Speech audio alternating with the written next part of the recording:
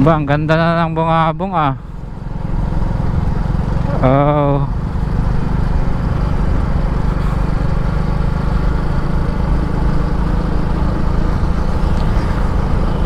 Ay, yan, maganda na oh.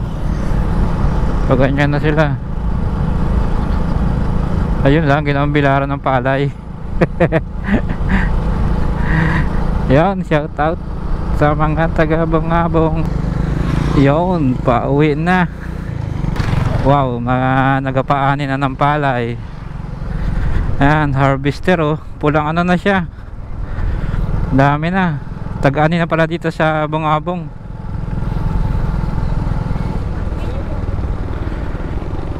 Oh, harvester. Ayan, pauwi na tayo. Bungabong. Paakyat na tayo ng papunta ng Pormon. Sa papunta ng Lisap. Ayan mga paps, paakyat na tayo ng Simi Bundok. Kasama natin si Miko sa likod. Yan mga paps, parang bumababa ang camera ko sa front cam. Ayan, okay na, naangat na natin.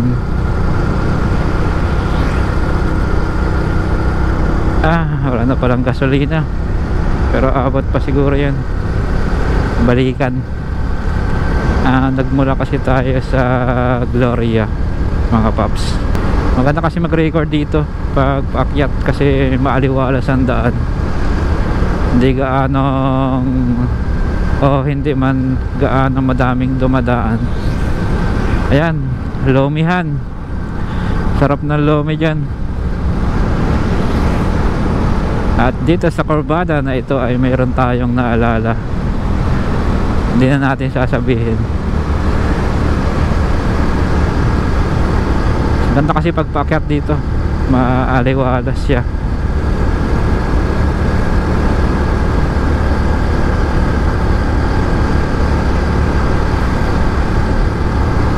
Yan mga paps.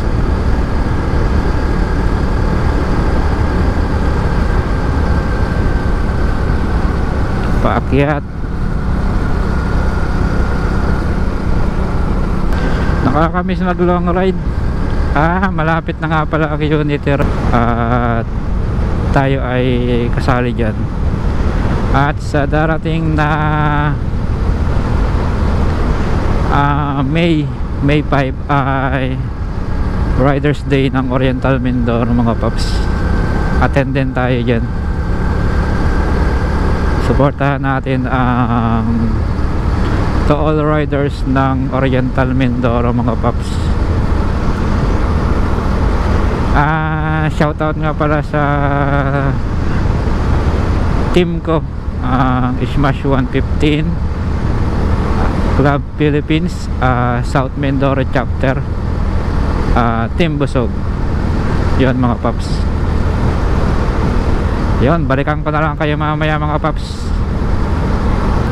At ito mga paps, yung paboritong tambayan ng mga alam dito ng mga taga Mindoro. Dito la ginaganap dati ang pag mayroong karera ang Bungabong dito mga paps. Sarap dito magtambay, marami nagtatambay dito pag hapon. May kubo at mukhang may nagde-date. At ayun, diretso lang tayo mga paps. At ito nga pala ay barangay Bukal na. At ayan, harap na harap tayo sa araw. Bukal, barangay Bukal. Marami diyang nakatira sa tabi na mga katutubong mangyan. Kaya lang pag dumaan ka dito ng gabi, wala talagang ilaw dito. Dapat magkaroon to ng na street light na solar. Itong lugar na ito, dilim paggabi yan. Yan yung mga bahay ng ating mga katutubong mangyan dito. Ayan, nung time na umulan, nung umuwi ako, nakisilong ako dyan. Yan lang mga paps, update ko na lang kayo mamaya. At yan mga paps, nandito na tayo sa kalagitnaan. Parang sako pa rin yata ito ng bukal. Silaw ng araw, overtake. Pag ganitong madaming bahayan, chillax lang takbo natin.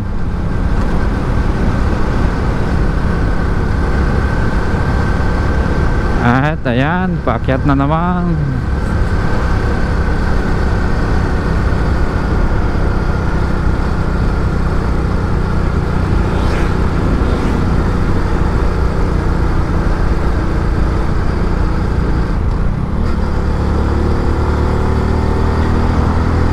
Hindi kaya, bawas. At ito mga paps,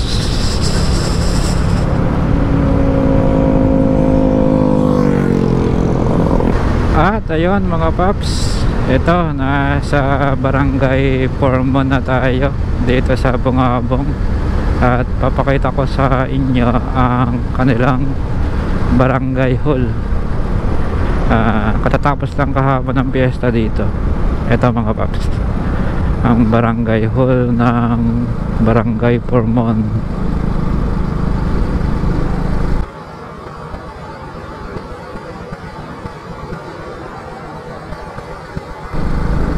Ayan, diretso lang tayo.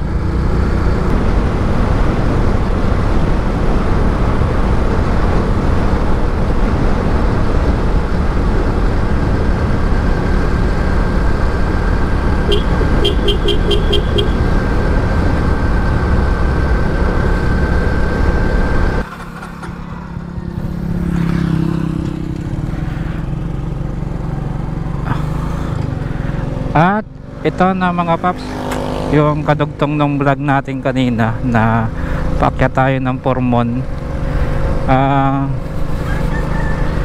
Ngayon naman ay pauwi na tayo mga paps. Dito may lumihan din, yan oh. Kaya lang sarado ngayon. Tayo ngayon ay pauwi na. So, let's go mga paps. Mga paps, maraming salamat nga pala sa suporta nyo sa ating YouTube channel at sa ating Facebook, ang Paps Jello mga paps. Papasalamat ako kasi nandyan kayong mga viewers ko at mga followers ko mga paps. Yung isang react lang nyo mga paps, napakalaking bagay na yun para sa akin. Sobrang na-appreciate ko ang ganong bagay mga paps. Salamat din sa pag-share ng aking videos. Maraming salamat mga paps. At ngayon ay pauwi na tayo talaga. Kanina ka pa sinasabi na pauwi, ay talaga naman pauwi na tayo mga paps. At ito yung kanina na barangay hall ng barangay Formon. Yan.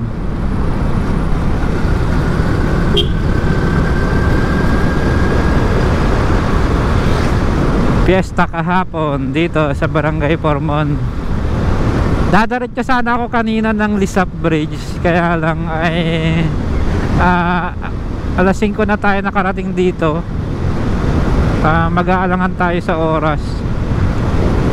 Saka ko na iba-vlog ang papunta ng Lisap Bridge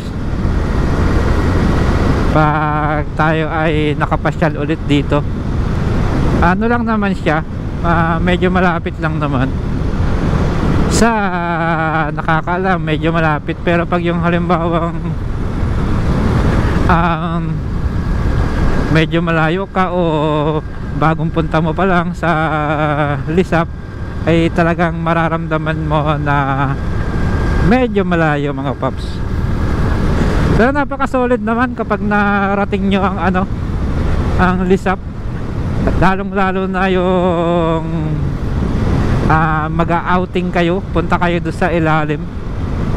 Marami namang ano doon, cottage na pwede nyong rentahan. Hindi ko lang alam kung magkano, pero napanood ko sa ibang vlog, sa ibang vlogger, parang naglalaro sa 300 to 150 ganon, conforme sa laki. Yun naman maghapon na mga paps, kaya naman talagang masusulit mo ang bakasyon o kaya ang inyong bonding ng family, di ba mga paps? Nasa Bukal pa din tayo. Yan ang kanilang cover court. Kung isa ka sa taga dito sa Mindoro, alam ko marami pa din namang taga dito sa Mindoro na hindi pa nakakapasyal sa Lisap. Talagang ano yan, yung pinupuntahan yan. Dito sa part ng Bungabong, marami dito na talagang pwede mong liguan. Dyan sa may Corconoma, yan. Madami ditong maliliguan. At sa ating mga kababayan naman na balak pumunta, ingat lang kayo mga paps, ride safe sa bawat isa. Sarap mag-rides dito, ganda ng daan, mahawan. Syempre sabayan natin ng pag-iingat. Shoutout nga pala to all riders ng Oriental Mindoro. Ayun na nga, sinabi ko kanina na malapit na ang Riders Day. Ayan, sa May kita-kita tayo. Naalala ko mga paps, nung ako ay nung last December, 'di ba, nag entry ako sa Mindoro Loop, ang Oriental at Occidental. Ayan, siya kasi ay kailangan mong tapusin sa loob ng 7 days. At yung registration naman mga paps ay valid siya na parang 3 months ata yun, sabi ni Sir Miko. Tapos pero sa loob ng 3 months, kapag halimbawa nag-start ka na, halimbawa ngayon, umaandar na yung 7 days mo. Ayun na nga, nag-start tayo sa Gloria, papunta dito sa Bungabong, Bulalakaw, diretso na sa Magsaysay hanggang ano na yan, Abra de Ilog. First time kong sumali sa ganon. Solo looper pa ako. Syempre excited, na amaze ako sa lugar. Sabi ko, ang ganda pala talaga ng Mindoro, Occidental at Oriental. Bali natapos ko siya ng bali 3 days, kasi nagpahinga pa ako kasi yung ibang checkpoint ay hinanap ko pa. Di bali dito sa atin sa Oriental Mindoro mga paps, yung mga checkpoint katulad ng sa Pucanil, ayan, madali lang siyang hanapin.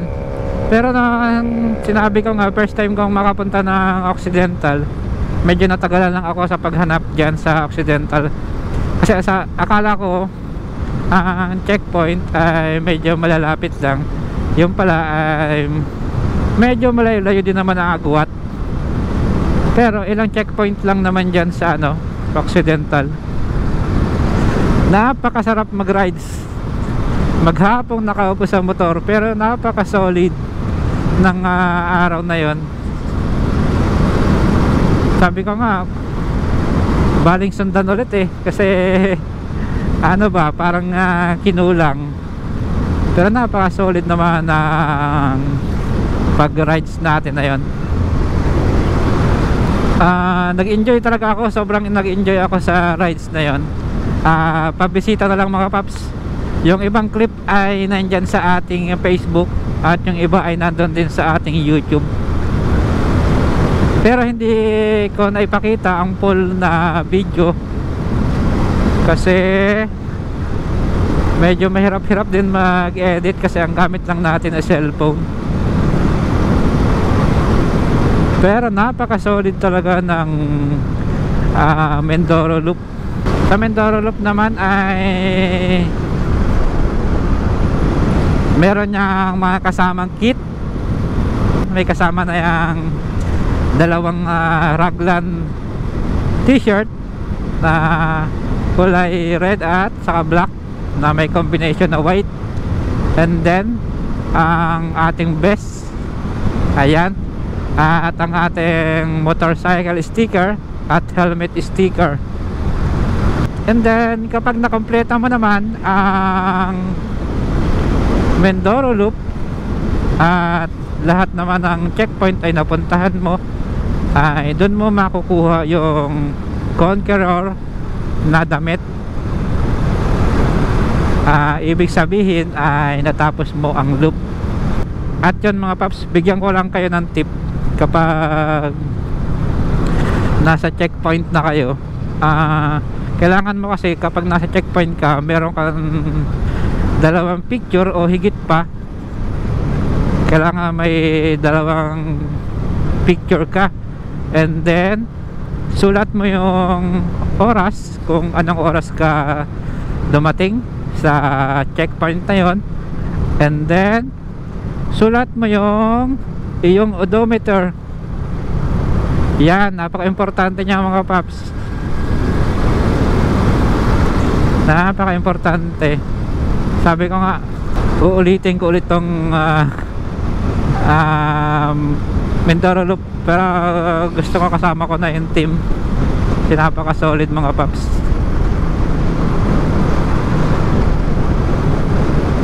At ayan, napahaba ng ating kwentuhan. Nandito na tayo sa ibaba.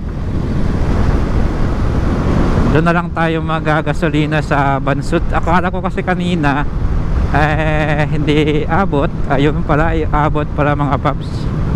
At ayun na nga mga paps, nandito na tayo sa malapit sa BCCM. Ayan, nag-harvest na ngayon ng palay dito. Tapos na pala ang anihan dito. Nahuli sa amin sa Gloria. Ayan mga kababayan natin, no? Nagtatrabaho, naghahakot ng palay. Gawain ko dati yan mga paps, yung paghakot ng palay. Kasama ko yung sina Masamok namang yan, sina Kulasa. Ayan, naghahakot kami ng palay dati. Magkano lang yan noon? Pag minsan 6 pesos, 8 pesos, ganon. Pero napakasaya namin kasi sama-sama kaming magkakabarkada o magkakatropa. Solid. Hakot kami ng palay, dayo kami yan. Pag minsan pa mga paps, yung paghakot mo ng palay, wait lang mga paps. Ayan, ang triangle dito sa Bungabong, meron ng ano, ang tawag dyan sa kulay dilaw na yan. Ayan, napakaganda na. May bago ngayon ang BCCM. Anong meron?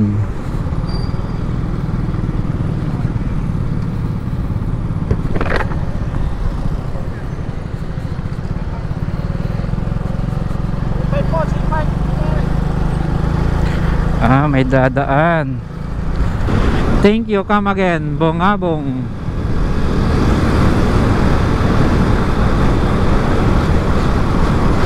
At yon na nga mga paps, dito ko natatapusin ang ating vlog ngayong araw. At maraming salamat mga paps. Ride safe all. Peace out.